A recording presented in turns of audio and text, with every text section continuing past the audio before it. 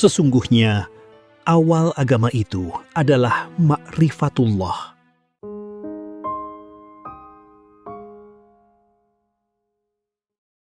Saya sedikit mau bertanya dulu ini. Saya juga dulu berkaitan dengan imajinasi, Buya. Mohon maaf izin kali ini saya bertanya ini. Dulu waktu saya sekolah SD, sebut saja Ustadz saya cerita, semua manusia di muka bumi ini mati. Siapapun yang bernyawa pasti mati. Lalu saya baca buku-buku berikutnya, ada beberapa orang memiliki keistimewaan.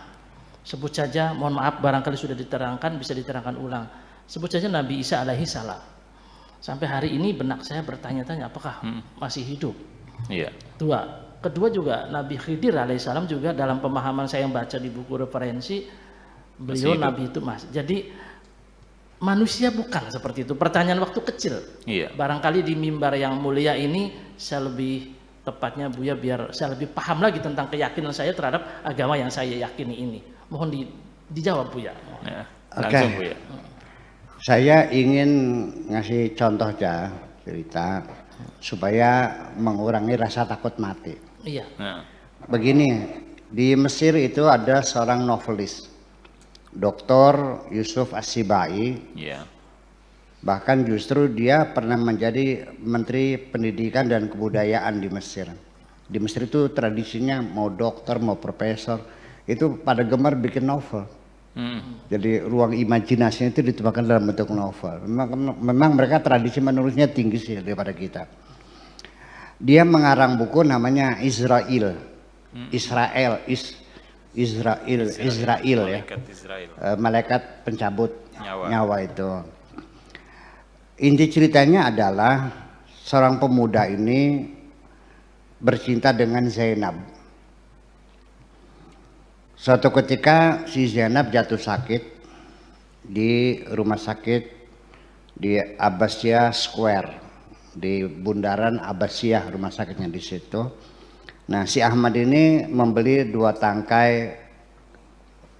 kembang mawar untuk diserahkan kepada kekasihnya di rumah sakit.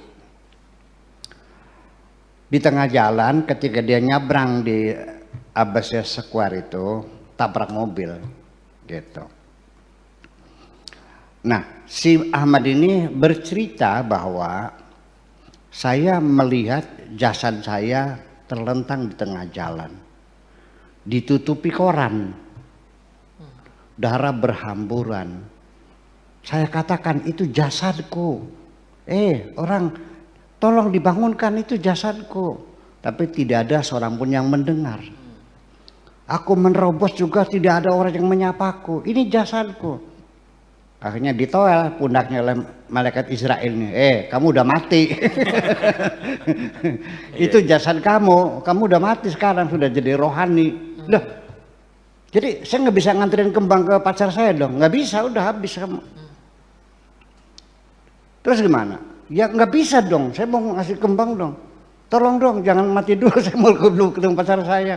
Nggak bisa. Wa idza jaa ajaluhum la yastakhiruna sa'atan wa la yastaqdimun. Nah, dalil malaikat Jibril ini. Allah Ta'ala apabila seorang itu ajal sudah datang, maka tidak bisa ditunda sebentar pun dan tidak bisa juga diajukan sebentar pun. Sudah. Akhirnya dia merengek sama Israel, tolong dong, saya nggak bisa. Tolong bagaimanapun cara syaratnya. Oh begitu. Kalau kamu siap bersyarat, boleh saya kembalikan dulu kamu ke jasadmu, kamu hidup, ya. Setelah itu kamu tujuannya kan hanya untuk mengantarkan bunga sebagai tanda cinta kasihmu. Oke, hidupkan. Tapi ada syarat yang harus kamu pegangi. Apa syaratnya? Jangan kau ceritakan kepada siapapun bahwa kematian itu indah. Makasih. Luar biasa. Lalu dengan apa yang ditanyakan Pak Tato tentang keberadaan Isa alaihissalam, kemudian Khidir alaihissalam tadi bagaimana Bu ya? Gimana? Tentang keberadaan Isa alaihissalam dan Nabi Khidir alaihissalam yang saat ini dalam keyakinan kita masih ada. Iya, itu kan keyakinan umat Islam. Iya. Kan dialognya begitu. Iya. Iya kan? Apakah sekarang sudah mati apa masih hidup? Kan bukan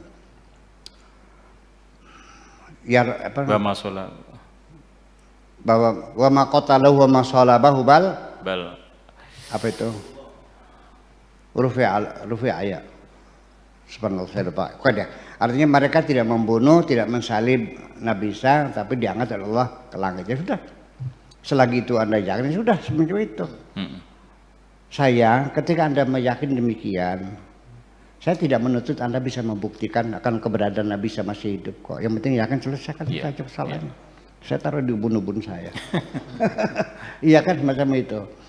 Ya, jadi artinya bahwa apakah sampai sekarang masih hidup? Nabi Khidir juga sama, Nabi Ilyas juga sama. Betul. Artinya begini, bahwa ternyata di Al-Quran yang diceritakan itu Nabi Khidir, Nabi Ilyas, Nabi Isa yang itu. Apakah hanya 3? Ya tidak dong. Itu. Sekali Al-Quran menyebutkan 1-2 contoh, berarti ya banyak. Nabi itu yang disebutkan 25. Nyatanya banyak. Karena ini kaidahnya, wa minhum man qasasna ilaika wa minhum man lam naqsus ilaik. Sebagian kami ceritakan, sebagian tidak kami ceritakan. Kalau diceritakan semua nabi-nabi yang ada ratusan ribu, ya mau berapa ribu jilid Al-Qur'annya. Gitu. Jadi cukup saja 25 karena satu nabi itu menampilkan 25 karakter. Kali 25. Jadi 25 pangkat 25 itulah karakter manusia sealam dunia itu. Sok dihitung 25 kali 25 hasilnya dikalikan lagi 25, hasilnya dikalikan lagi 25 kali gitu. Sok berapa nolnya? Artinya bahwa karakter manusia tidak sama satu dengan yang lain. Ya, bahwa bukan sidik jari, sidik suara, sidik mata, semuanya. Ya, sampai DNA juga nggak ada yang sama satu dengan yang lain. Saya kira seperti itu. Jadi artinya bahwa begini, kalau kita melihat realita dikaitkan dengan keduniaan kita ini, itu sangat mengenaskan ya. Seorang bekerja siang malam bikin rumah, ya kan? Bikin rumah yang paling bagus sedesanya itu 2 tingkat, ya kan gitu. Dengan apa namanya tiangnya pakai stainless steel yang mewah sekali. Belum jadi udah mati. Apa yang terjadi? Istrinya kawin lagi. Yang menempati siapa? Suami baru. Ngeles gak? Ya Allah. Ini kalau yang mati bisa hidup kunyuk. Enak aja. Rumah gue ditempati sama kamu kan begitu. Iya. Ya yang semacam itu yang kamu lihat. Makanya sekali lagi terkonsentrasilah bahwa kematian itu adalah pulang. Dan tadi kata Israel, jangan cerita pada siapapun bahwa mati itu enggak, nanti berbahaya.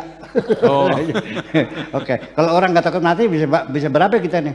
Jadi ada pentingnya juga orang itu takut mati. Minimal bisa menjadi satu kendali, bisa mengekang hawa nafsu kita, keserakahan kita. Itu penting juga. Makasih. Baik, terima kasih Buya.